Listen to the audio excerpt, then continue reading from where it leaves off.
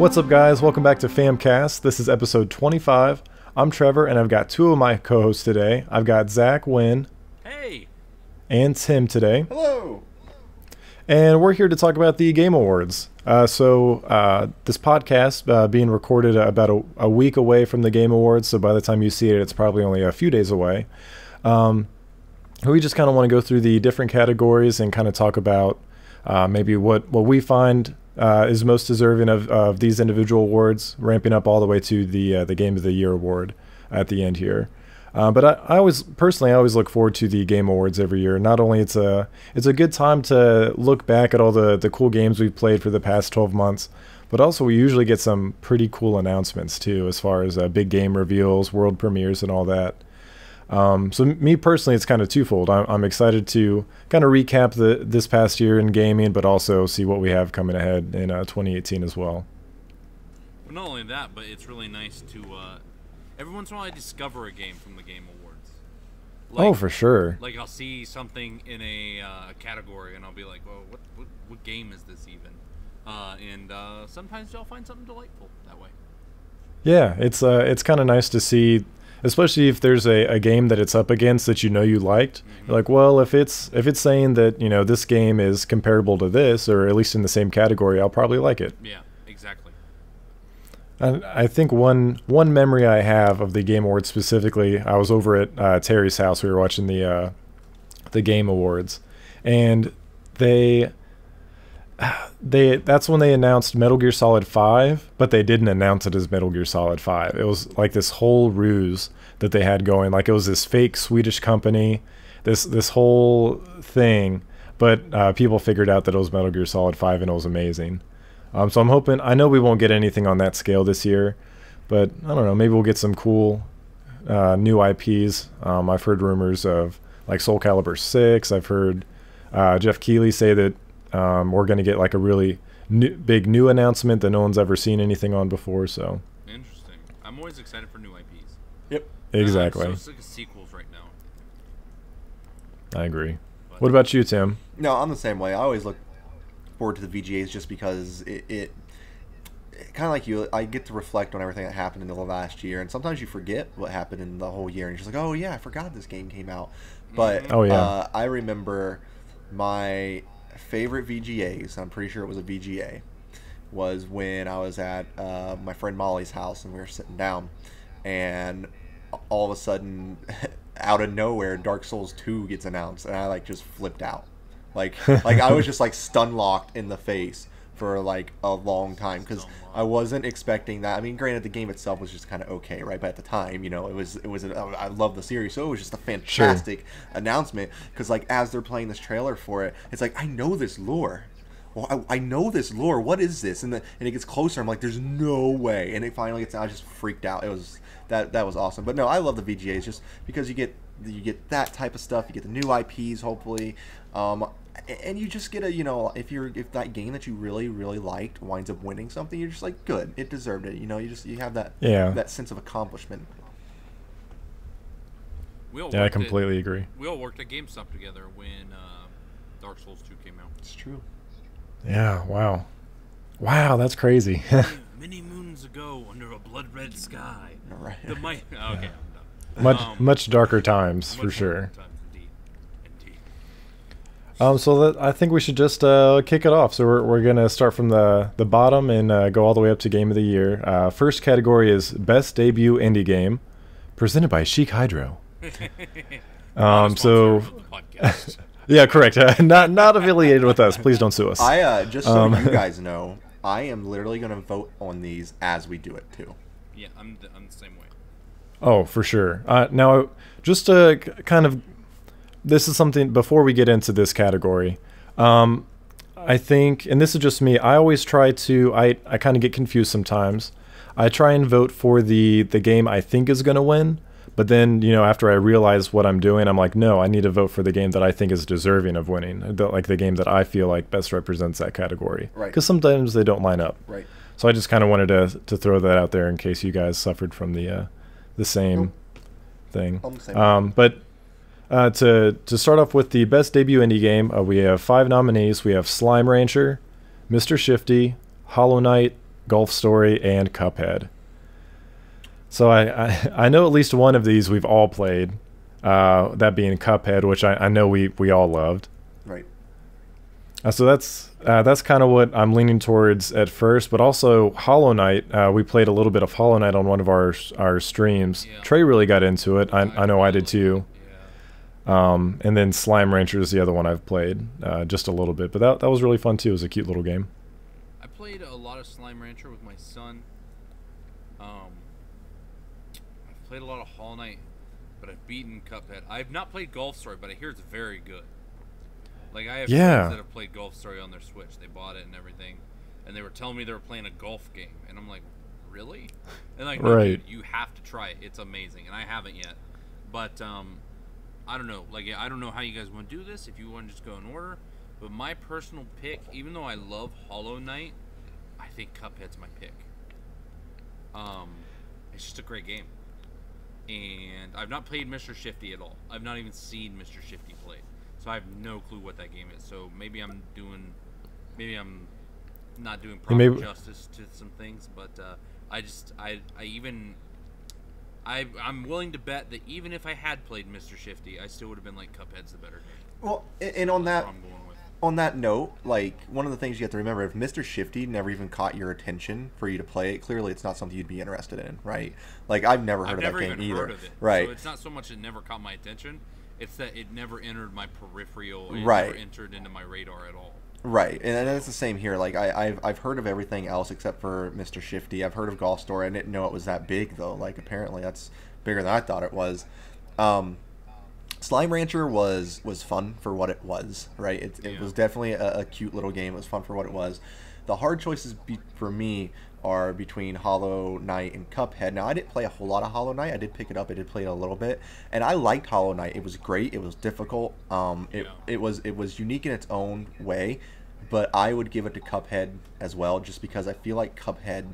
I don't know. I wasn't going to pick up Cuphead actually up until you guys kept talking about it, so I decided to do it, and the game just blew me away. Like, I couldn't have asked for a better. I could not have seen that game in a better way than what I got presented to me. Yeah.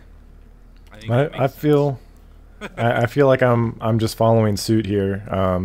I really loved Hollow Knight. I love those style games, the Castlevania style games, to where you go through the level, get upgrades, and you have to kind of backtrack a little bit to unlock different rooms you couldn't get past before. And it's interesting that we're kind of stuck on these two because they're both hand drawn. Right. Yeah, and they're both gorgeous. Oh yeah, like one's definitely a little darker than the other. One's kind of upbeat and bright. The other one's a little more solemn. But I would give it to Cuphead too. Now, granted, I didn't play all the way through Hollow Knight, so maybe I'm cheating it there, but because you didn't play through Cuphead all the way either. And yeah, I think that is true. I think Cuphead's a little bit more darker than what we give it credit for. Like, it's if you think about it, the game's not so lighthearted. Like, it is kind of a little bit of a dark game. If you look into it, yeah. Yeah, if you take the actual story and like what's going on, it's a very dark. You're essentially the devil's collection agent. Right. Like, you're going around collecting souls that owe the devil. Because you had a gambling problem. Exactly, because you have a gambling problem. And you're a kid. And you're a child. Like, that's so not good. Not even though. that. A cup child. Even worse. Yeah. Even worse. No, I really like What's the Hollow world Knight, coming but to? The fact I never beat it, and the fact that I did beat Cuphead, suggests to me that Cuphead might be a better game. I don't know. It's hard to compare the two because they're very much apples and oranges, but they kind of have some similarities. But I think Cuphead is by far. Well, I would almost put Cuphead as one of my games of the year. Like, I genuinely like it that much, and I think it's that great a game. And I think we have to say that these are just going to be these are just what we think wins best in that category. It's not like this is the definitive. Maybe maybe everyone out there that played Mr. Shifty and all these other games, maybe they think that that's the better game, but I think our consensus is Cuphead. Yep. 100%. So we will scroll on up, and we're going to go to Best Esports Game. Yep. So again, 5 nominees. We have Rocket League, League of Legends, Dota 2, which I didn't realize Dota 2 was still going on. Maybe that's my fault. Counter-Strike, Global Offense, and then Overwatch. So if you don't mind, I'd like to jump in on this one. Yes. Because I'm not a huge person in the esports scene. Like, I don't know team names and stuff. But I do watch a lot of esports tournaments and such. Like, anytime there's some like a big esports tournament on, and I know about it, I'll throw it on the TV while I'm watching the kids or I'm doing the dishes or something. And in my opinion, the most exciting... First of all, Rocket League is a great, fun game. I don't find it to be super exciting to watch as far as esports go. So I don't even consider that a part of the list, to be honest. I think my absolute favorite is League of Legends. Like, to watch. It's a more appealing looking game. I like the casters seem to be better in League of Legends. Now, that's from a viewing perspective, I should say. Dota 2, and maybe it does help. I don't know a lot about Dota 2. I have played it, but I don't know a lot of high level stuff. In Overwatch, to me, is just, I don't know, I don't see it as an esports game, I guess. Counter-Strike is, I don't know, man, just League of Legends is heads above everything else to me. Counter-Strike is probably the most complicated and skill-related esports game, I would say. Maybe not complicated, but definitely skill-related. But I think League of Legends does a better job presenting itself. Now, as a player, I would also go with League of Legends. Yeah, that's my opinion. That's my take. It's not a great take, because it's very much a popularity thing to me, too. Like, a lot of these choices I'm going to be making are all popularity related. Because I only played Overwatch for, like, the first 2 months that it was out, and then I got bored of it. Counter-Strike, I'm really bad at. And, like, I just get crushed on. Dota 2 I never really got into, whereas League of Legends and Rocket League are the only two I've ever really played a whole lot of. And to me, League of Legends seems like the most complex, yet easy to get into esports game, and it seems like the better overall presented esports game. So that's my choice, is League of Legends. For mine, because the only one I play, and I don't even play it that much anymore, is Overwatch. Yeah. League of Legends is just not my kind of community. I'm just more of a casual player. Yeah. But if I'm looking at this not from a game perspective, but from the description here, for the game that has delivered the best overall esports experience to players, I would probably say, honestly, the one that I enjoy watching the most isn't even on here, is Heroes of the Storm. I love watching, like, Heroes of the Dorm every year. I get really excited to, like, make a bracket. Yeah. But since that's not an option, I'd probably give it to Overwatch. The only reason is because now that they're ramping up the Overwatch League, I've been following it a lot more, as far as, like, oh, now I want to, like, pick up my team and, like, find out who the players are and who I want to root for. So I don't know, that just has me more invested. Granted, it's probably because I've played the game, so I'm more invested in watching league matches and things. Right. I don't really have. Go ahead, sorry. No, you're fine. I mean, Counter-Strike, not my kind of game, and I don't think I would enjoy watching it. Since I enjoy Heroes of the Storm, I'm sure I'd enjoy watching League of Legends or Dota. But Heroes is just my MOBA, so that's the one I'd prefer to watch if it was on here. In Rocket League, I could see that being fun to watch, but just nothing that I really follow. So my vote goes to Overwatch. Yeah. League of Legends actually does something about, like, it does a fantasy league, the LCS league, where you can pick, a team that you want to win, and then you can pick players from different teams and make up, like, a fantasy roster of those players, just like fantasy football goes. And, like, depending on what points they score or assists they score that week, you get points for that, and you go up against other people's teams during those weeks too. It's pretty cool, actually. But yeah, Tim, what do you think? So, me personally, I'm kind of on an interesting spectrum of this. Of all 5 of these games, I easily put more time into League of Legends. When it was out, it just came out of beta. It was actually officially released. I probably dumped 3 years into it, ditched one of my friends unintentionally. Like, I didn't think about it, but I stopped playing console and just straight played League for like 3 years. Like, the amount of time and money I dumped into that game is absolutely ridiculous.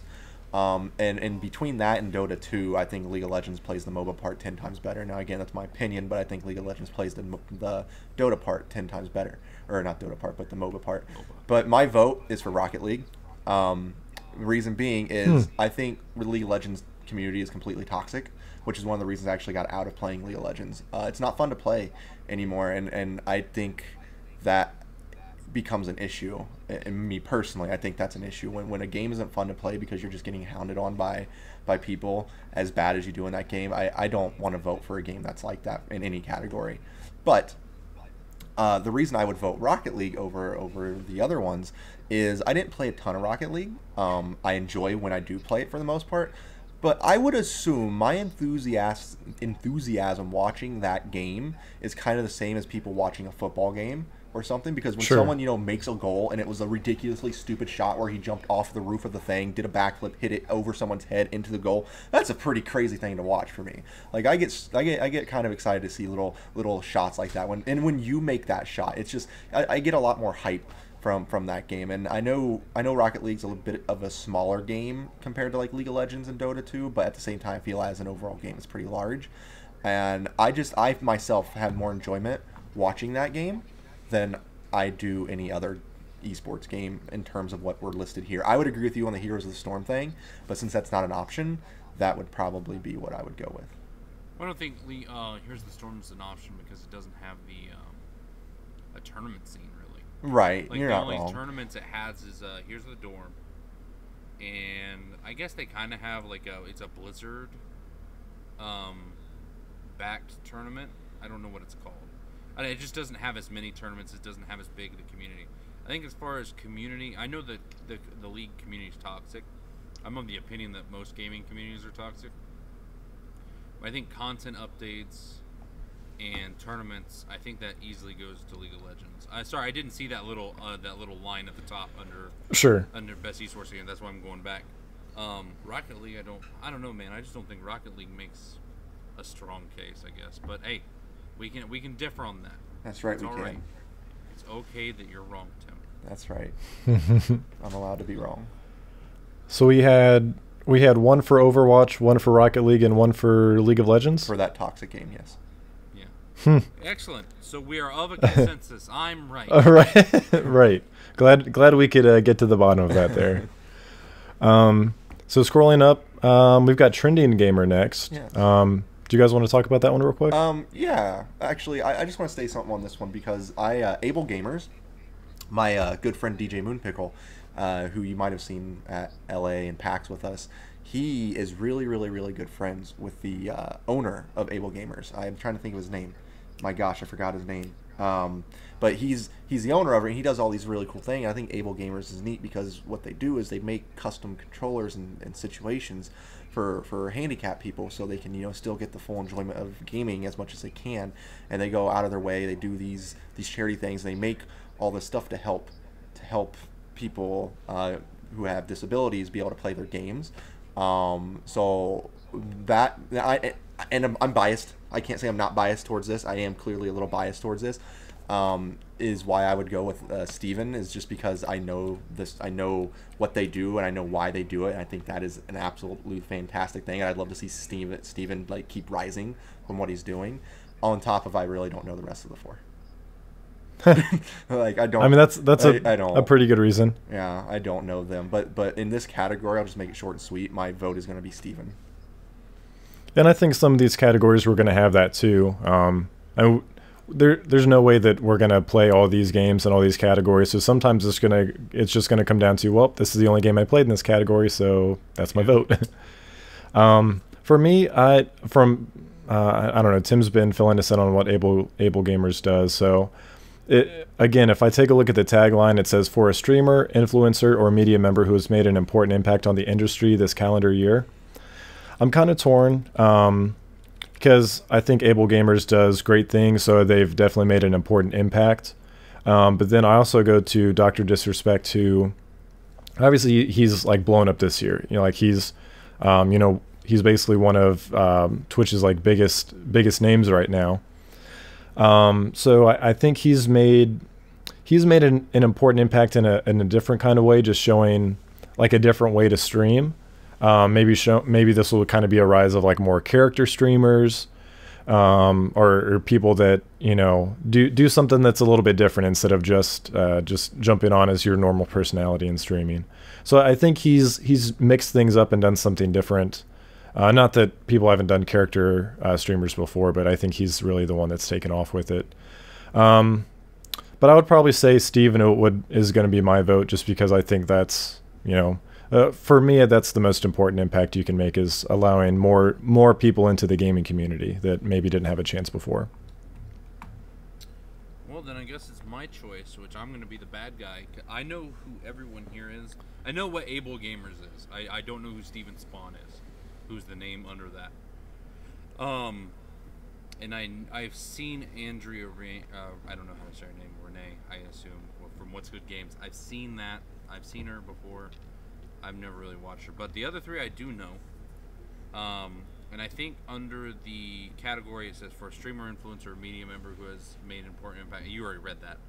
I just feel like you have to go with Dr. Disrespect on multiple levels.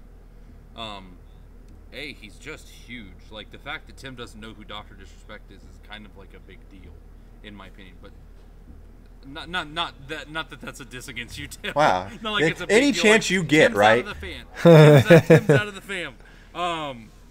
But I just think he's such a big personality. He's opened up what streamers can do, like you mentioned, Trevor, with the whole character, the character versus the actual personality of the person, who is Guy Beam, by the way, is his real name.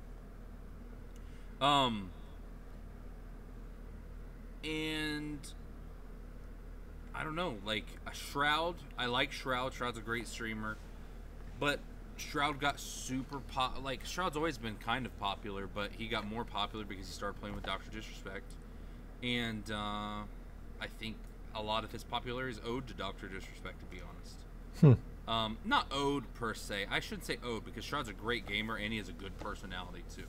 He's a fun to watch without Dr. Disrespect too. But I think playing with Dr. Disrespect and like PUBG and stuff really picked up his popularity. And then half coordinated Clint Lexa. He plays for you guys that don't know, he plays at SGDQ a lot. He has I don't know what the disability is, but he has a disability. I believe it's in his right hand, and so he does speed runs with his left hand.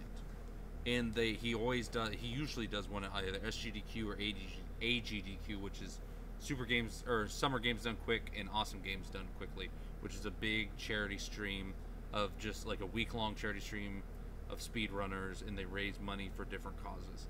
And he blew up. I can't remember exactly what happened, but he ended up blowing up and getting a lot of people looking at him. But again, I think as far as streamers go, I think Dr. Disrespect is the biggest. Mind you, it says for a streamer influencer, so it's not just a streamer, I guess. I was misunderstanding that this was a streamer who was an influencer and a medium. Okay, so I'm misreading, but I still think Dr. Disrespect. That's fine. As far as sheer like being seen, marketability, sure, kind of thing. So two for Able Gamers and one for Doc there. Yep. Man, and then moving right along. You guys are not doing well today. You guys are way off. Apparently. Oh, that's weird. I'm feeling the same way about you, Zach. That's very strange. I usually am. Wait until we get to Game of the Year. You guys are really gonna hate me. Yeah, I know. I'm already preparing myself mentally. But just to move along, because we do have quite a few more categories here. Best Independent Game for outstanding creative and technical achievement in a game made outside the traditional publisher system. We have 5 nominees. We have Pyre, Night in the Woods, Cuphead, What Remains of Edith Finch, and Hellblade. I've heard all of these are good. Obviously, if they're on this list, they got to be somewhat. Right. But I've only played Cuphead, so Cuphead it is. I'm going to choose Cuphead as well, just because the game. When Zach said earlier that could be his game of the year, I thought the same thing. Like, that game was just, the game's just unique enough. The game, is 100% different than anything I've played, and I love that game. So I'm going to choose Cuphead, but I do want to give a shout out to Hellblade because I have played Hellblade, and it is a ton of fun. But I would still give it. But I feel like I've played games like Hellblade before, as to where I feel like I've not played games like Cuphead. So yeah. So for me, I've only played 2 games on this list. I've played Cuphead and Night in the Woods. So me, I really like indie games because a lot of the times they'll tackle issues that a lot of the bigger games don't tend to avoid. So one thing that really enticed me about Hellblade when I first heard about it is that it handled like depression and anxiety very well, as far as like how they represented that. So that's one I'd like to check out just because I like when games do that. They bring real world issues. Is this something that you can actually play through and experience? Cuphead we've already talked about, so that's been a great one. Just for the the animation alone, it just blows me away that they spent that much time into making that. But for me, my vote is going to be Night in the Woods. I really enjoyed this game. The art style is great. I love the issues that they tackle. It's about this girl. She basically kind of drops out of school, comes back to her hometown, kind of sees that things have changed. Her relationship with her parents is a little different. Her friends are changing. They're moving on, and I don't know. It's a lot of real world issues or issues that real people experience. It was just a unique way that they tackled it. So that was one of my favorite games I played this year, and I really enjoyed it. So that's where my vote goes for best independent game. What? I've not played Night in the Woods, right? But correct. Are you thinking of Gone Home? No. Okay. All right. Cool. Because Night in the Woods, you said you're a girl, and it looks like you're a cat. Yeah, but it's a girl cat. Oh, okay. Cool. All right. I'm sorry. Did you just assume that cat's gender? Okay, moving on before we get into another debate. I wasn't trying to do that. I apologize. Most anticipated game presented by McCafe. So presented by McDonald's. What do I think will win this? It's either going to be Red Dead Redemption or The Last of Us 2. What is my personal most anticipated game on this list? Monster Hunter World. So I will say, for me, I'm pretty much excited for all of them. Yeah. Except for Red Dead 2. I know that I'm pretty much the only one that's like not excited for it. Westerns just aren't my thing, man. I'm sure like if they have some multiplayer aspect to it, I'll probably pick it up with you guys, but it just doesn't entice me. That unless it, like the only time I got into like anything Western was Westworld, but that's because it was like futuristic. Yeah. So that doesn't even count. So me personally, I would probably say Last of Us 2, just because I'm more about story-driven games, but I'm also extremely excited for Monster Hunter World. Just because, for one, it's multiplayer, we're all going to be able to play together, and it's my first one, and everything I've seen so far just looks fucking awesome. But then, I'm also excited for Spider-Man and God of War, but not as much as Last of Us 2. I'm excited to see you play Monster Hunter World, Trevor, just because it is your first Monster Hunter, and you have no idea what you're getting into. But that's okay. We'll be there to try to help you out. Go ahead, sorry. I'm not a wounded animal, Tim. Damn. We're just okay. We just put you down. We wouldn't go through the trouble. We wouldn't. But me, by far, on this list is Last of Us 2. Last of Us, when it came out, and I'm not a Sony fanboy by any means. I'm actually more of a Microsoft fanboy than I'm a Sony fanboy. But I don't think, and I said this several times, I've ever played a game that had one single story that drove the emotions in me as much as The Last of Us did. That game, to me, was just flawless. The combat system was great. The stealthy system was great. The what is it called? The creative stuff where you have to build things and everything. All that stuff. Crafting system was great. The multiplayer was a ton of fun. Like, the game... It had a multiplayer mode? And it was fantastic, because all the crafting and everything was in there. It was just... The elements of that game, everything... And I wasn't even expecting the multiplayer to be good. I thought it was just going to be a thrown-in thing like they did with Uncharted. But no, it was actually extremely, extremely good. And every element of that game was perfect for me. For me, in my eyes, it was just the best thing ever. So I absolutely cannot wait for The Last of Us Part 2.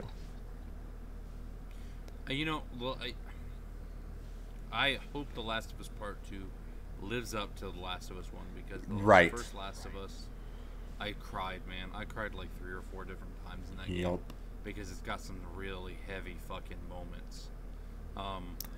It grips you right from the beginning, man. Like those first 10 minutes. Like the first 20 minutes, when a major thing happens, which I'm not going to spoil, even though the game's been out for years. I had just had my kid, and then that thing happens at the beginning, and man, it hit me in a place where I was very vulnerable, and I sobbed. Not even like a couple tears. I sobbed like a big. Anyway, but yeah, Red Dead Redemption. See, you said you like story-driven games. Red Dead Redemption story is one of the best stories. It was ever. good. It's just really so good. I love Red Dead Redemption story. No, I will say I didn't expect to hear that. It's really that is good. not. I really like Red Dead Redemption story. Like how GTA story is terrible. It's the opposite. It's not as complex as The Last of Us, obviously, but and then it backs it up with some pretty good gameplay. So that's my opinion. But yeah, for me, I'm most looking forward to Monster Hunter World. I'm looking forward to playing with you guys. And I've never played one with other people. Like, I played the one on Wii U a little bit, but shout out to that terrible console. But I never had any friends to play with, so I'm excited to play with you guys on Xbox One. Oh, Xbox One. I'm there with you, Zach. I'm there. Well, I gotta give Rex his PS4 back eventually. Well, I'm playing the PS4 and PC. I'm going to be playing the open beta because I have it pre-ordered on PS4. So I thought the beta was open. You don't have to. Yeah, it's open beta, Trevor. It's open beta for PS Plus members, not on Xbox. I can buy that for $7. Okay. Yeah, that's fine. I'll play I don't mind playing the demo with you guys, but or on the PlayStation. But well, I guess I just assumed we were gonna play the full version on Xbox because you and Trey were both gonna be playing. So you guys going do the game share thing. Oh no, that's fine. I'll get it for PS4 then. I need to buy a PS4 eventually anyway. Maybe I should have bought that instead of a new capture card. It would have been the good weekend to do that. Yeah, it would have been. Oh well, we'll figure it out. So Monster Hunter World for me. And 2 votes for Last of Us. Jesus Christ. Well, The Last of Us, I will say, I think it's gonna win. That's what I think is gonna win. Actually, I think Red Dead Redemption has a good chance at winning too. But for me personally, it's Monster Hunter World, what I'm most excited for. Sure. But I think what's going to win is probably The Last of Us Part 2 or Red Dead Redemption 2, but Last of Us Part 2. The next category is going to be a good one. It's Best Multiplayer. I have an answer for this. I'm sure you do. This one has six nominees. We have Fortnite, Call of Duty World War II, Splatoon 2, Mario Kart 8 Deluxe, Destiny 2, and PUBG. Yep. And so let's go through how many times we play. Well, I do enjoy Fortnite. I've played it a couple times. I actually have the original, like the actual game, not just the Battle Royale game mode, which the actual game's pretty fun, but it got boring really quickly. The Battle Royale is really fun, and they keep adding things. But it still hasn't reached that fame that PUBG has, and it still hasn't reached a player base that PUBG has. Call of Duty World War II was fun, but I don't know that it doesn't touch PUBG in as far as things. It's a different type of multiplayer too, but also like you just don't see the numbers on Call of Duty. Call of Duty is not the hit game that it used to be. Splatoon 2, yeah, okay. It's fun. I'm not going to say it's not fun, but it doesn't have a huge user base, and it appeals to a very specific group of people. Like I can't see you, so it's just when you said that, I'm just picturing you rolling your eyes as you say that. It was great. That's pretty much exactly what I did too. Mario Kart 8 is one of the others. Again, that's a great game. That's a lot of fun. But it doesn't have a huge user base. It doesn't have, I played it for a month and then put it down. I got bored with it. Destiny 2, I mean, are we even considering that? The user base has been pretty upset with Destiny 2 since like after month 1, I think. Yeah. And you can go onto the Destiny Reddit right now, and you can read all about it. And I don't know, their gameplay just gets boring real fast. And then you got PUBG. And granted, I will admit I'm a big fan of PUBG, but that's because it's a game on multiple levels. It's a fun game. It creates a lot of instances of craziness that you laugh with your friends, and you're creating moments and memories.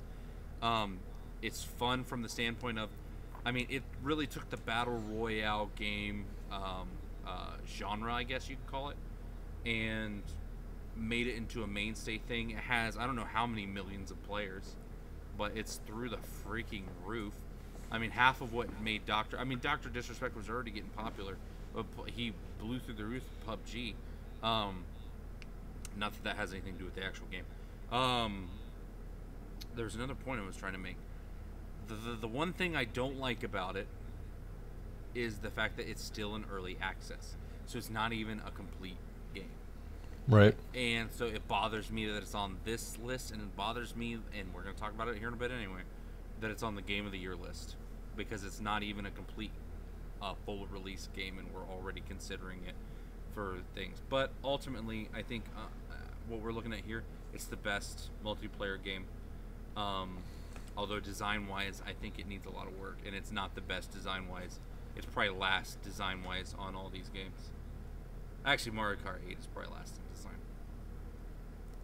Well, I think you pretty much said it all, Zach. Sorry, I'm super chatty today, apparently. My throat's killing me, but for some reason I feel really strongly about certain things. No, you're good, man. You had a lot of good points there. I think number one in design is probably Splatoon. I know I just shit all over it, but Splatoon probably has the best design. Call of Duty World War II probably doesn't have very good... in my opinion, doesn't have great design. I mean, it's pretty rinse, wash, and repeat kind of thing. Like, it's World War II. We've seen it all before. There's only so much you can do with it design-wise, in my opinion. It has some cool things, and the one thing it does do well is zombies. Better than everything else. And now I'm going to shut my fucking mouth and let someone else talk. I think Zach pointed out pretty much everything about these games that makes sense. To me, I would take out Splatoon and Mario Kart. They were great games, but I never really cared that much about Splatoon. And Mario Kart is old at this point, let's be honest. Mario Kart 8's been out for a while, and I'm not going to count the deluxe edition as part of this. Destiny 2 was fun. I think its multiplayer aspect of the game was genius in terms of its cooperativeness, not its multiplayer like versus mode, right? Yeah. So like in Destiny, like the raids and your nightfalls and stuff like that, I mean, you have to have teamwork, and if you don't, you will suffer 100%. Those right? are great, but they're such a small part of the game is the problem. Right. So that's the problem, is that I'm not going to just count that like, oh well, it's multiplayer versus mode is bleh, but because it's cooperative, and I was done with Destiny in a month, like Zach was saying. Like there's no reason for me to go back to play that game right now. Zero, nada, none. So I'm not going to count that. I'm not going to choose that. Out of the 3 remaining, which is Fortnite, Call of Duty, and PUBG, I think Call of Duty is a lot of fun. I think it's great. It's still kind of that rinse and repeat formula that Call of Duty has always been, and there are some neat aspects to it. They did add some things, and Zombies is still great. But slashing that out would be between Fortnite and PUBG. I love Fortnite. I think Fortnite's great. I think its Battle Royale mode is fun, but still needs a lot of work. Its art style is unique and fun. It does add differences because of its creativeness that you can do, right? When you're in that Battle Royale mode, you can create things, and the what is that called? Oh my gosh, the cooperative mode. Squads? There's squads, but the cooperative mode where you have like a tower defense mechanism in it. It's hard because we're basically, the last 2 games I have here are both not finished products. Both of them are in pre-whatever. But out of the 2, I'm going to get more enjoyment out of Fortnite, not just for its versus Battle Royale mode, which I think PUBG does do better, and I'll give PUBG that. PUBG does a better Battle Royale mode right now, but Fortnite has more to offer than just Battle Royale. So that's why I would give it to Fortnite. That's fair. I think that's fair. And they're very different styles of Battle Royale mode. Like, one is kind of arcadey and like less serious. Or right. Not less serious, but less accurate, I guess, is what I'm going with. Whereas like PUBG is much more like simulated, and like your gunshots have drop and all that stuff, and like I just more realistic is the word I'm looking for there. But yeah, that's fair. I think that's fair. Trevor, what do you think? I mean, I feel like it's pretty safe to say PUBG is going to win this one. At least in my opinion. I haven't played it, but just with how big it is, whether it's a finished game or not, I feel like that's the one that's going to get all the votes. Yeah. Mario Kart 8, I mean, that's a game that I like to play when people come over, but other than that, I never play it on my own. Destiny 2 is dead. I enjoyed what I played of it. I never really cared for the PvP stuff, but the co-op stuff I enjoyed. And then we all played Fortnite together, which I had a lot of fun with. But they don't want to play it anymore, right? I'll play it with you, Trevor. I'm always fine with playing it. I'm always down to play it. You're thinking of Trey. Oh, Trey doesn't like Fortnite. Never mind. Yeah, it's definitely like an in the works game. Like you can tell it was just kind of thrown together. Like, oh shit, like we could probably get in on this PUBG shit. Right. Pretty easily. Right. You're not wrong. Yeah. So I call it what it is. That you can't own a genre. Right. I know we already had that discussion. But I enjoyed what I played of it. But shit, I don't even know what I would pick. I feel cheap picking PUBG because I haven't played it, but I just like that's the one that's gonna win. So. And I know once I pick it up, I'm sure that I'll enjoy it too. So yeah, I guess my vote's just going to go towards PUBG. Let me ask you a question. Yeah. Do you think Fortnite's on this list without the Battle Royale mode? No. Like, I like the cooperative mode, don't get me wrong. Like, the me and 3 friends playing while I have this fort built up to defend and all this stuff is a good time. But I stopped playing it, and I re-picked it up when Battle Royale came back in. So I would say no. But would PUBG be in this list without that? PUBG wouldn't be a game without exactly. that. Exactly. All right. So it sounds like PUBG's the winner. Yeah. Fortnite moving right along. Best sports and racing game, Forza 7, right? Everyone? Yeah, that's what I chose just because I don't play sports games, and that game looks beautiful on my new Xbox One X. Awesome. Great. You get a sponsorship, Tim, from Xbox to say that? This one I don't really have a lot to say on the next one either. Best strategy game, but that's okay. Backtrack real quick. Best sports racing game: Project Cars 2, Pro Evolution Soccer 2018, NBA 2K18, Gran Turismo Sport, Forza 7, and FIFA 18. Just so people know what the nominees are. Yeah. But moving past that, because obviously none of us really care about it. best strategy game. So here we've got 5 nominees: XCOM 2, War of the Chosen, Tooth and Tail, Total War, Warhammer 2, Halo Wars 2. A lot of 2s in here. Yeah. And Mario plus Rabbids Kingdom Battle. Well, I'll start this one off. So, when Halo Wars 2 came out, I was super stoked about it. Couldn't wait to play it. We picked it up, played it the first day, stopped playing it that day. Like, we just got bored with it. The Halo Wars 1 was great, but I don't know. I just got bored with Halo Wars 2. Mario and Rabbids was an interesting take because Mario and Rabbids is like Mario meets XCOM, and it was fun, but meh. I'm a big XCOM fan. I loved XCOM 2, and I think XCOM it's just a lot of fun. Like I don't think I ever told you this, but I made a little fam squad in my XCOM game, and it's like me, Trey, Zach, and Trevor, and we run around. And Trevor, you scream a lot because you get panicky, but that's not the point. That sounds about right. So pretty much. So my choice is XCOM 2, but that's just 'cause I love XCOM 2. I love the research that you have to go into doing it. You have to really have a battle strategy every round. It can always be different. It's just I love XCOM. I have seen Tooth and Tail. I've played XCOM. I've seen Tooth and Tail. It's a neat game. It doesn't have as much depth as XCOM, and some of the other games on this list. Total War, Warhammer 2. I've not played it. It's on my list of games to buy because I'm a big Warhammer fan. I will admit that right here, right now. I've watched a lot of play on it, and strategy-wise, it is. Excuse me, I'm sorry. Strategy-wise, it is up there with XCOM 2, and it's probably more strategically intense. There is some like research stuff and such. Halo Wars 2.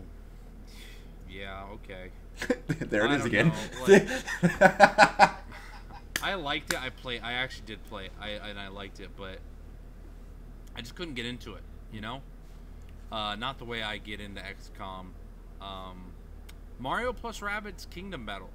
I actually watched some people stream this. I've not played it, I will say that. And I watched some people stream this, and it looks super cool. It does. And it looks very like, it almost seems like it's got a lot of XCOM influence, and apparently it's pretty hard to. It does. Yeah. And it does. Said, I think it's between XCOM and Total War Warhammer 2. But my personal thought is I think Total War Warhammer 2 will win. But what do you want to win? Strategically, it's a more in-depth game. Although XCOM 2 is on console also, not just PC. So it's got a little bit more power behind the vote. So, but I think it's going to be between those two. I don't think the other three will even show up. And me personally, I don't really have a. I feel like it's just like how I view the like the elections too. Like if I'm not like informed, I don't feel like it's right for me to make a vote. So I'm not going to vote this time around. Okay. Like I haven't played any of these. I don't really know anything about any of them. It wouldn't make sense for me to vote. Gotcha. So it sounds like it sounds like XCOM. Because both Tim and I acknowledged it. I don't know. I guess part of me wants Total War to win, but there you go. There you go. Next is Best Family Game. The nominees for that are Splatoon 2, Sonic Mania, Mario plus Rabbids Kingdom Battle, Mario Kart 8 Deluxe, and Super Mario Odyssey. I personally, my vote for that, because when I think of a family, I think of the whole family unit. I'm going to say Mario Kart 8 Deluxe. Because you have more players on it. Sure. I don't think Mario and Rabbids is really that great of a family game. And Super Mario Odyssey is a great game, but you can only play 2 players max on it. And like I said, when I think family, I think the whole family. Sometimes that is the whole family, Zach. And that's fine. I'm not saying anything like that. Yeah. But yeah, and I've played Super Mario Odyssey with my son, and we have a ton of fun when we do that. But I think Mario Kart Deluxe is probably more fun with my family. But Super Mario Odyssey, a very close second. I would choose Mario Odyssey just for the simple fact that when I picture a family sitting down and playing a game together, I think a family would have more fun playing Mario Odyssey, someone being the hat, someone being the Mario, running around having a good time. That would be my pick. I love Sonic Mania, absolutely love Sonic Mania. Nobody likes to play me in Mario Kart, so I don't play that. But Mario Odyssey would be my choice there. See, but then everyone else in the family, like say you have more than 2 people in a family, everyone else just gets to watch. Well, you could pass the controller around. You don't have to be such a stingy person, Zach. Or sure, everyone could play and be a part of the experience. I feel like, but now, Mario see, Kart. I'm getting argumentative.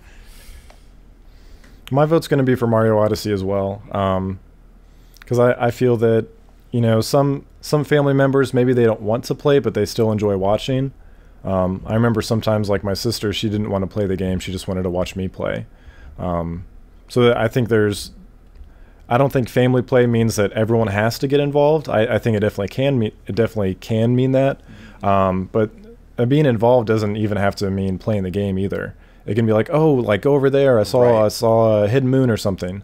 Like you can still get everyone involved and have fun with it. So my votes are going to be for Mario Odyssey. So my youngest son Locke, whenever I find a moon, he like every single time if he's watching, we'll just go moon. Like, That's awesome. My kids love watching the game. So we have 2 Mario Odysseys and 1 Mario Kart, correct? Yep. Okay. So why don't we do some rapid fire rounds? We'll kind of go through these next ones pretty quick and get to the Game of the Year ones. That way we make sure we have enough time to really discuss that. Okay. Yeah, that'll be our big one. So I think that makes sense. So next up is what? Best fighting game? Yep. Best fighting game. It's a good thing we don't have any of our fighting game community members here. I'm gonna answer though with the idea as if I were one of them. Best fighting game is Tekken 7, Nidhogg 2, Marvel vs. Capcom Infinite, Injustice 2, or ARMS. Marvel vs. Capcom Infinite. I would say Tekken 7. Yeah, their votes were actually for Tekken 7. Oh, were they? Okay. Yep. They hate MVC. No, they like MVC. They think it's a fun game, but they don't like the way it looks. Or that's it. Yeah, that's right. That's right. That's what they said. That's they hate the art style. I did not realize and they were big into Tekken 7. My bad. And the DLC is handled pretty poorly on that too. Yeah, I've heard that too. That's...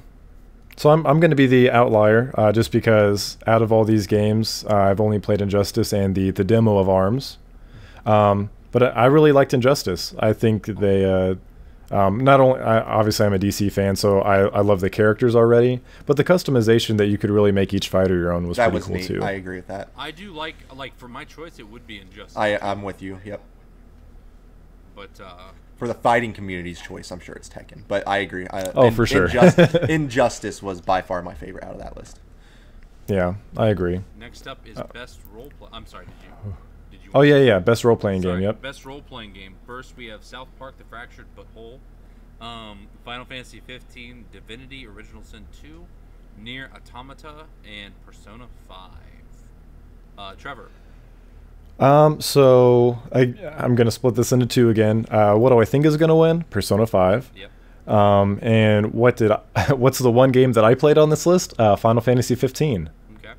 I really liked it, but it wasn't very, like, I don't know. It didn't feel much like an RPG. Yeah.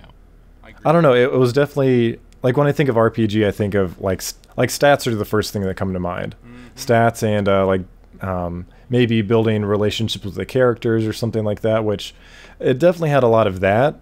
Like I got attached to a lot of the other members of the 15 crew, but I don't know. It didn't feel, compared to all these other games, it doesn't feel like as much of an RPG. Yeah. I'll stop rambling now. Talking about Final Fantasy felt like that. Yeah. So out of the list here, to be honest with you, I've only played Final Fantasy 15, but I would prefer to see Persona 5 win, basically based on what Trevor said there. When I think of an RPG, I think of somehow like he was saying, stats and stuff like that. Now, I don't play Persona, but I've seen people play Persona, and I've heard nothing but great things about Persona, so my vote would be Persona. I'm gonna agree with. I think Persona will win, but I also believe that Divinity: Original Sin 2 also deserves to win. Never heard of it. It's a different type of RPG, whereas it's Western. Persona 5 is Japanese, JRPG, but they're both stat heavy. They're both very story driven. I'll admit I've not played Nier Automata, although it's on my list of things to do. Mm-hmm. Final Fantasy 15, it's a fun game, but I just think as an RPG, I don't even know that it belongs on this list, to be honest. It was like an action game versus an RPG. Yeah, well, even then, as an action game, I don't even think it deserves to be on a Game of the Year list or action Game of the Year list. I don't know. I liked 15, but it didn't win any awards for me. Yeah, I'll have to try Divinity. I'm happy I didn't know that that. they're trying to move in a different direction. I could see you liking Divinity. Yeah. I want to play Divinity so bad. Is it on PC only, or is it a console game? Yeah, it's on the second one is on PC only. I'll have to try it. I think it's coming to console, but I don't know. I have to double check that. So it sounds like we have 3 for Persona 5. Yep. Next up, best action adventure game. Our choices are Uncharted, The Lost Legacy, Assassin's Creed Origins, The Legend of Zelda: Breath of the Wild, Super Mario Odyssey, and Horizon Zero Dawn. Real quick before you vote, I just want to mention the tagline here. So for the best action adventure game combining combat with traversal and puzzle solving. All right, Trevor, why don't you go first? I'll go last here. So puzzle solving is pretty big for me. I don't want to just go through a game, hack and slash everything, and be done with it. There's sometimes I'm in that mood, but it's not going to be as enjoyable of an experience if I'm not challenged. Yeah. So out of these games, I've played 4 of them. I have not played Uncharted.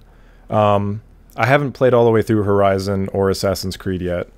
But what I played from Horizon I really liked. I'm actually waiting until I get a Pro just because if I'm going to play through it, I want to play through it with it looking the best as it can. But Origins, I haven't come across many puzzles. Yeah. The traversal is definitely cool. I climbed up to the top of the pyramids. That was awesome. So the parkour in there is awesome as usual. But as far as the combination of those, before I get into that, same thing with Mario Odyssey. It has puzzles, and the traversal is kind of cool with the hat. but none of the puzzles were like super challenging. There were a couple of I don't know what you would call it, kind of like the hidden moons to where you have to like get over there, and some of them were kind of tricky to get to. But I would probably say Breath of the Wild challenged me the most as far as puzzles go. The combat was really cool, especially since you never have one sword the whole time. You have multiple weapons that you're forced to go with. And then the traversal was pretty cool, having the hang glider and being able to go down the mountains with your shield. So Breath of the Wild has my vote here. I'll just, again, make it short and simple. I only played 2 games on the list, Zelda and Mario, and we'll discuss more of those on another subject. So just to make this quick, Legend of Zelda Breath of the Wild won this one for me. I'm going to say Assassin's Creed Origins. I like Zelda, and I know Assassin's Creed doesn't have the puzzle solving, but I think what it makes up for with puzzle solving is storyline and stuff going on in the history and all the setting itself, and the combat's a lot of fun. I like Zelda. I felt like the puzzles just got to be like busy work after you got so far into the game. I just think as an action-adventure game, I think I genuinely believe Assassin's Creed's the better game.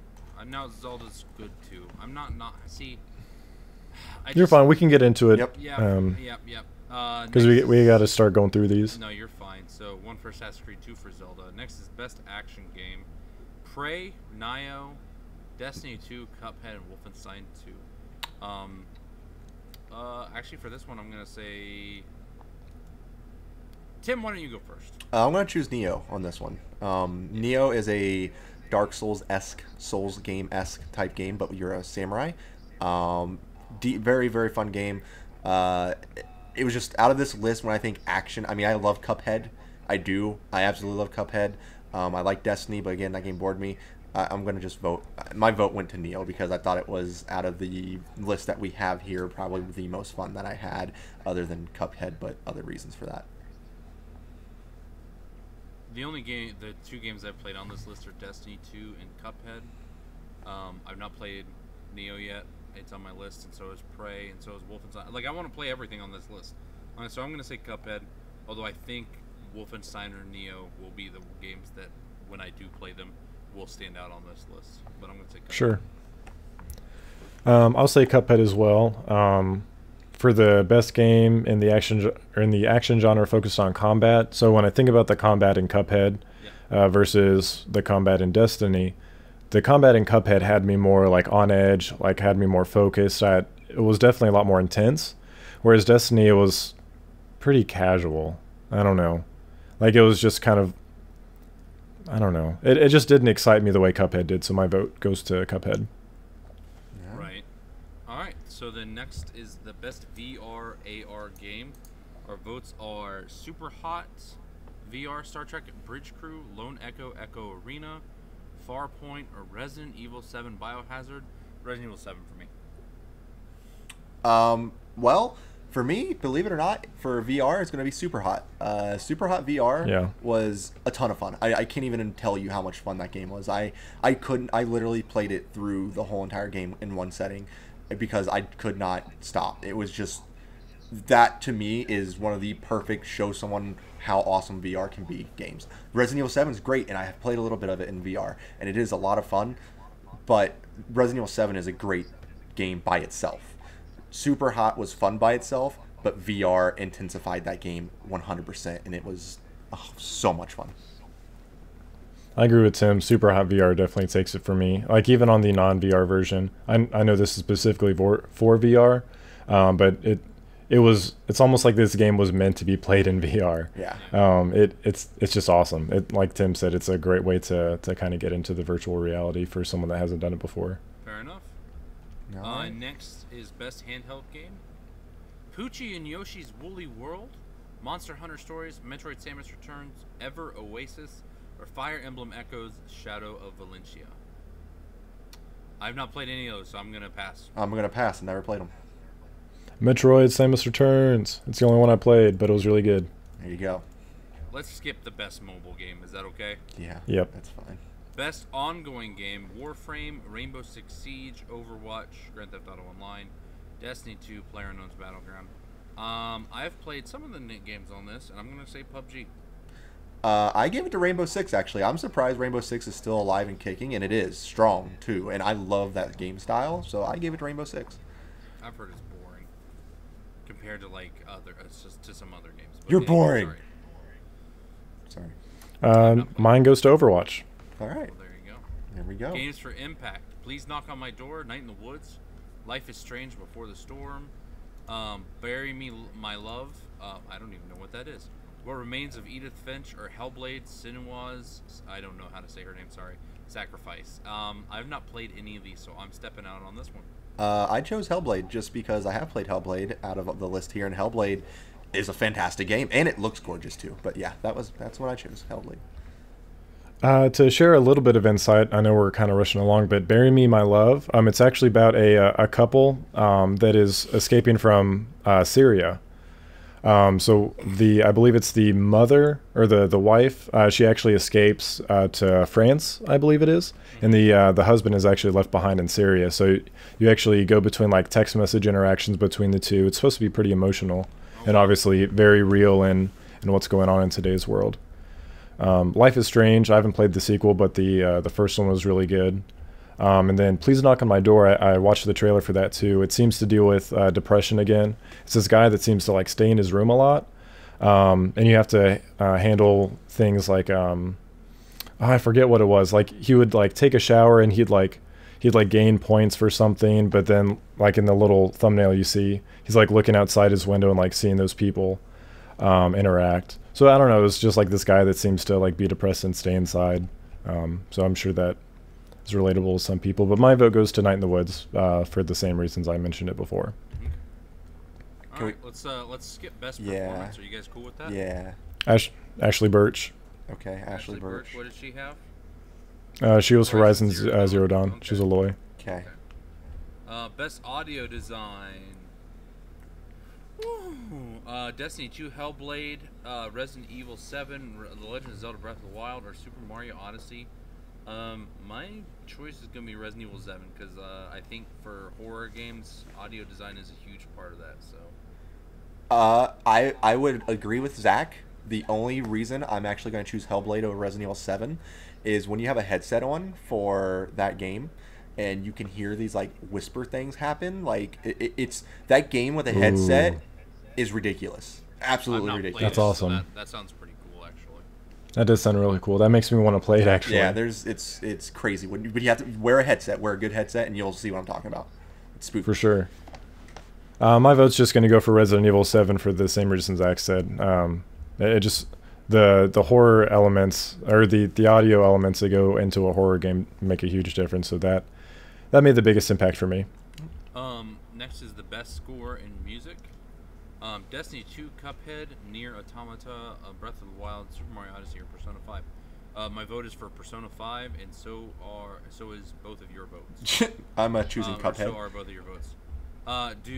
That's fine. I'm just joking, obviously. But Persona 5, every single track in that game, like I kind of just want to like everyone I would play it, I would just like dance to it and stuff like. Yeah. I've not heard it, so fucking good. I've only heard like one track, and that's only because I just installed it the other day. And it like played it on the menu screen. Yeah. So I'm sure I'd like the music there. I haven't played it, but I will tell you, every boss fight in Cuphead I was dancing to half the time. So. Oh, yeah. I mean, don't get me wrong. Like the Cuphead stuff is really good. If Persona wasn't on that list, it would probably be Cuphead for me. Next is best art direction: Destiny 2, Cuphead, The Legend of Zelda: Breath of the Wild, Persona 5, or Horizon Zero Dawn. I actually think for this one, it's a draw for me between Persona 5 and Cuphead. Cuphead is amazing, the artwork is amazing, but like the design of Persona 5 and its art is pretty awesome too. Like even just the menus and the way they pop up and stuff is awesome. So I think Cuphead will probably win this, to be honest. That being said, I think Persona 5 deserves to also. I chose Cuphead. Me too. Again, this is me just going back to the tagline for outstanding creative or technical achievement in artistic design. I mean, they fucking hand drew every single frame of animation, watercolor backgrounds. Like, for me, that's kind of above and beyond what you see in a game anymore. Not to say that Like, they don't put any work into these other games. Obviously they do, but this one was more like technical since it's more hand drawn, I guess, is what I'm getting at, instead of being like computer generated. And it's just something that you don't see, so that's why Cuphead gets my vote. Next is best narrative. What Remains of Edith Finch, Nier Automata, Hellblade's whatever her name is, Wolfenstein 2, or Horizon Zero Dawn. I'm gonna skip this one for myself. I've not played any of them. Hellblade is my choice there. Okay. Horizon Zero Dawn for me. All right. After that is best game direction. Wolfenstein 2, Resident Evil 7, Biohazard, Legend of Zelda: Breath of the Wild, Super Mario Odyssey, or Horizon Zero Dawn. Breath of the Wild wins this one for me. Well, Resident Evil wins this one for me. I think in the direction that the game went was completely different than how the games have been. It brought the game back from the terrible thing that was like Resident Evil 5 and 6 that it was. I think 7 was fantastic in every aspect of the situation, and I can't wait to see more of it, so that's why I'm choosing that.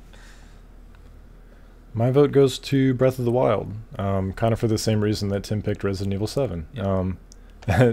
Basically, we haven't seen this in a Zelda game before, as far as the weapon system goes, crafting system, even the open world. Not even necessarily the open world, but the way that you get to choose what you do next, even right from the start. So that's why Breath of the Wild gets my vote.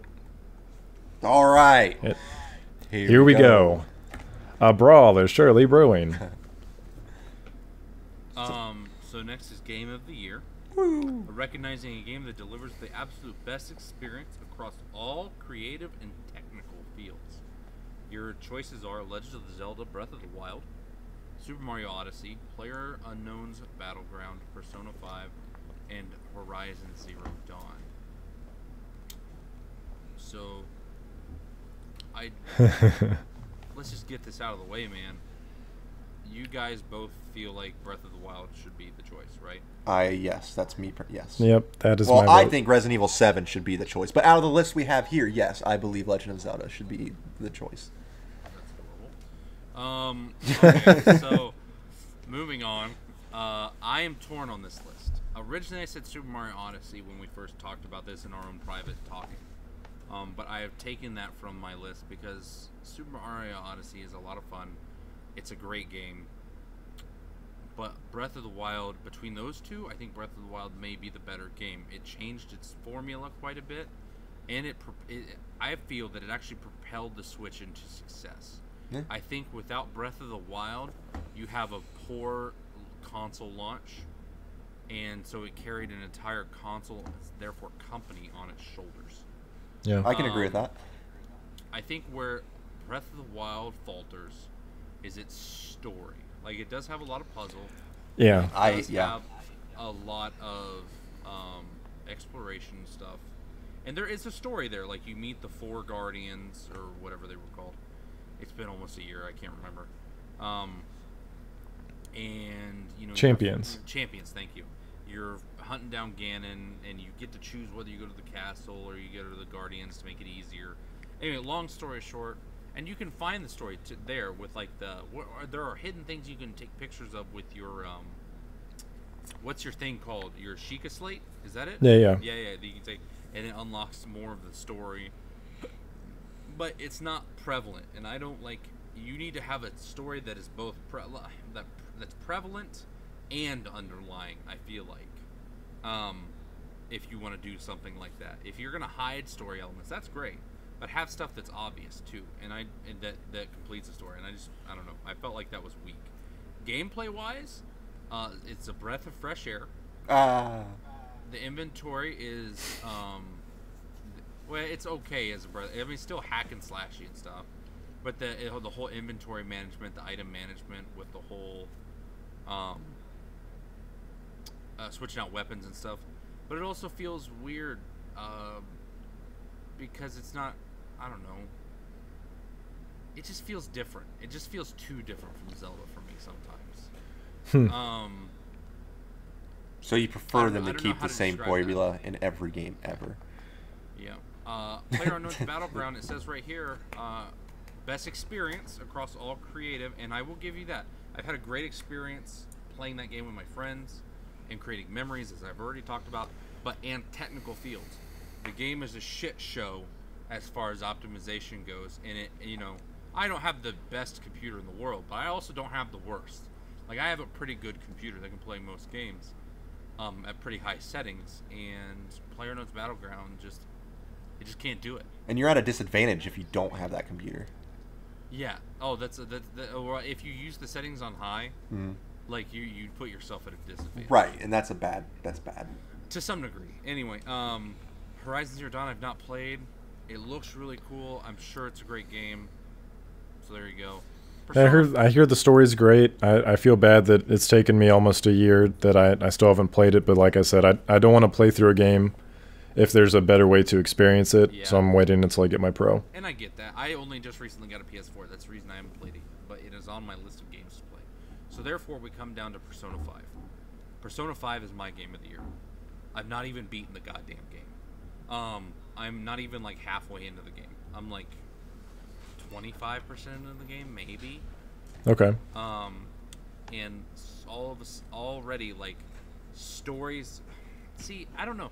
I don't even know that it's my game of the year. I just think it's my game of the year on this list. It's got a very strong story. The gameplay is, for the most part, pretty recycled from previous Persona games. But they always add their little spin to it and stuff. I love the fact that you're a high school student and you have to balance, like, your social life and being, like, adventuring and stuff, and, like, actually doing all the social stuff actually levels up certain things and gives you different perks and such when you hit new levels with that category of friend. I don't know, it's a cool take, but it also has been done before. So honestly, this whole list kind of pisses me off because I don't like. Last year was The Witcher 3. I'm pretty sure. Yeah. And The Witcher 3 is such a strong game. It's so good. But I'm probably gonna have to change my answer to Breath of the Wild. I think I'll say Breath of the Wild. Trevor, you go ahead. No, I think I pretty much said my piece on Breath of the Wild. Just to kind of recap, Mario Odyssey is great, but I wouldn't consider it Game of the Year. I think it's one of the best Mario games I've ever played. Oh, easy. But as far as like best game that I've played this year, I don't think so. PUBG, I stand with Zach on this. I don't think you should put an unfinished game on here, especially with all the technical issues that they have with it. Yeah. Granted, it's still an outstanding multiplayer experience, so maybe I'm wrong. Maybe it should be allowed on there because of the experience that it provides.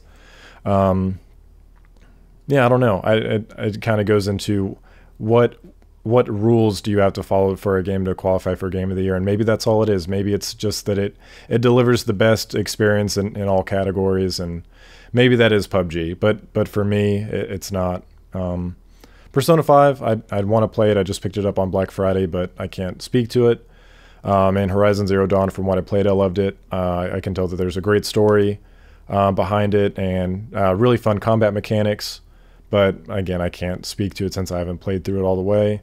Breath of the Wild, it blew me away. First Switch experience, one of the most fun Zelda experiences that I can remember. The fact that they had voice acting in it, which I know sounds silly, but it really brought the champions in Zelda to life. And just kind of exploring all the secrets. You could go wherever you wanted to go. It was one of the best experiences that I've had with gaming this year, and that's why it's my Game of the Year. Here's what won me over with Zelda was that weekend that I hung out at your place, and we were planning on doing a bunch of stuff, and all we did was play Zelda. Yep. Not even my copy of Zelda. Like, I'm pretty notorious about, like, if I play something, like if I play it on your profile or whatever, I'll never pick that game up because I don't like to redo or replay things. Yeah. And I picked it up and replayed through all of that.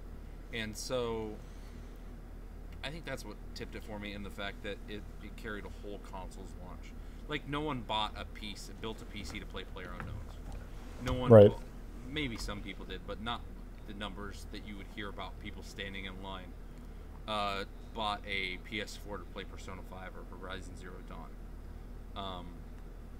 Whereas people wanted to play Zelda. Like, people have been aching for a new Zelda game. and I think most people would agree that it delivered. So yeah, I think Breath of the Wild wins it, despite the fact that I said a lot of different things in chat amongst us personally. Tim? Oh, I can talk now. Okay, so my opinion. You're fine. My opinion is Breath of the Wild from this list that we're given here. Just because Mario Odyssey, I felt, was the same. I mean, it's a fun game, but again, it's the same formula. There's one new thing, and then it's the same thing in a Mario game, basically. I don't think a game that's not finished should ever be on a Game of the Year list. If it's not officially released, it shouldn't be there. And I don't know if I'd ever give a Game of the Year if it's a strictly one game style multiplayer to begin with. I think that's asking for a lot for a game that literally has one game mode, not counting squads and stuff. It's still the same game mode. Persona 5, I'm sure, is great. I just not played it. Same with Horizon Zero Dawn.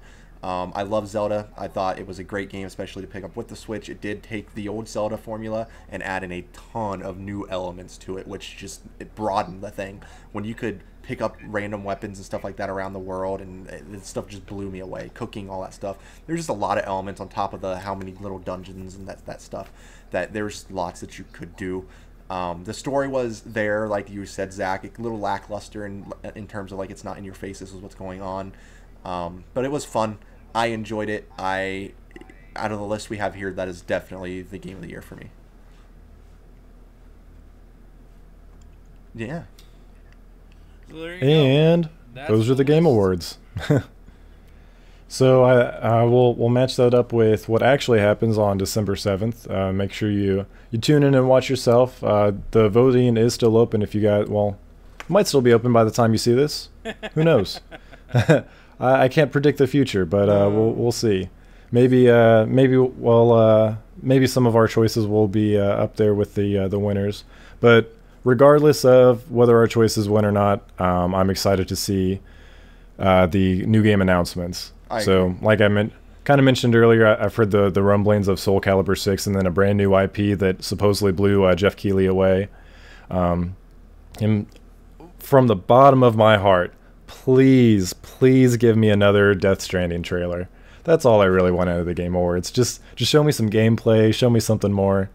I know Kojima's big friends with Jeff Keighley, so maybe he's got something special cooking up for the Game Awards here. Metal Gear Survivor 2. No, what? No, stop. Don't even get him started. Tim, yeah, different podcast. I think that's it. Any last remarks on the Game Awards? I think Resident Evil should have been on that Game of the Year list. Okay, anyway, go ahead. Well, if that's it, friendly reminder, we are not sponsored by Chic Ultra Pro Hydro, whatever it is. So don't sue us again. Again, we like in the hour we recorded this week. Right. We already got like a cease and desist. Yeah. But yeah, that's our podcast. We're looking forward to seeing who wins. But in the meantime, check out our other content. Hopefully Tim will be back streaming. He's not been feeling the greatest, but hopefully he'll be back streaming on Twitch Monday through Thursday. And our good friend Trey, he's Friday and Saturday now. So follow us over on For All Manakind over on Twitch. Got our YouTube channel and Google Play and iTunes that you might be listening to this podcast on. But in the meantime, appreciate the support, and we'll see you guys next week. Later, guys.